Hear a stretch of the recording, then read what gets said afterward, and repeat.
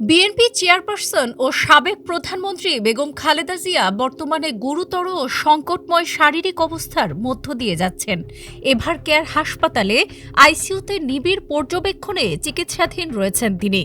রোববার রাত 12:30টার দিকে হাসপাতালের সামনে এক প্রেস ব্রিফিংয়ে বিএনপির স্থায়ী কমিটির সদস্য ও খালেদা জিয়ার মেডিকেল টিমের প্রতিনিধি AZM জাহিদ হোসেন জানান, খালেদা জিয়া অত্যন্ত সংকটময় সময় পার করছেন। তিনি বলেন, এই সংকট কাটিয়ে উঠতে পারলে তবেই তার স্বাস্থ্যের বিষয়ে ইতিবাচক কিছু শোনা যেতে পারে।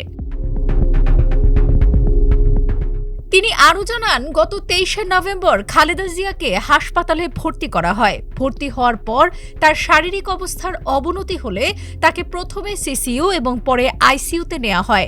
চিকিৎসকদের ভাষ্য অনুযায়ী এখন পর্যন্ত তার অবস্থার উল্লেখযোগ্য উন্নতি হয়নি। এদিকে সোমবার ভোরে বিএনপি মিডিয়া সেলের এক পোস্টে জানানো হয়, খালেদা জিয়া এখনও নিবিড় পর্যবেক্ষণে রয়েছেন। একই সঙ্গে বিএনপির ভারপ্রাপ্ত চেয়ারম্যান তারেক রহমান দেশবাসীর কাছে মায়ের জন্য দোয়া চেয়েছেন।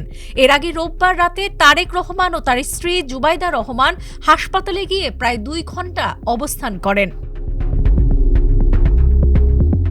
খালেদা জিয়া দীর্ঘদিন ধরে লিভার সিরোসিস, হৃদরোগ, কিডনি, ফুসফুস ও ডায়াবেটিস সহ নানা জটিল রোগে ভুগছেন। দেশীয় বিদেশি বিশেষজ্ঞ চিকিৎসকদের সমন্বয়ে গঠিত একটি মেডিকেল বোর্ড তার চিকিৎসা কার্যক্রম পরিচালনা করছে।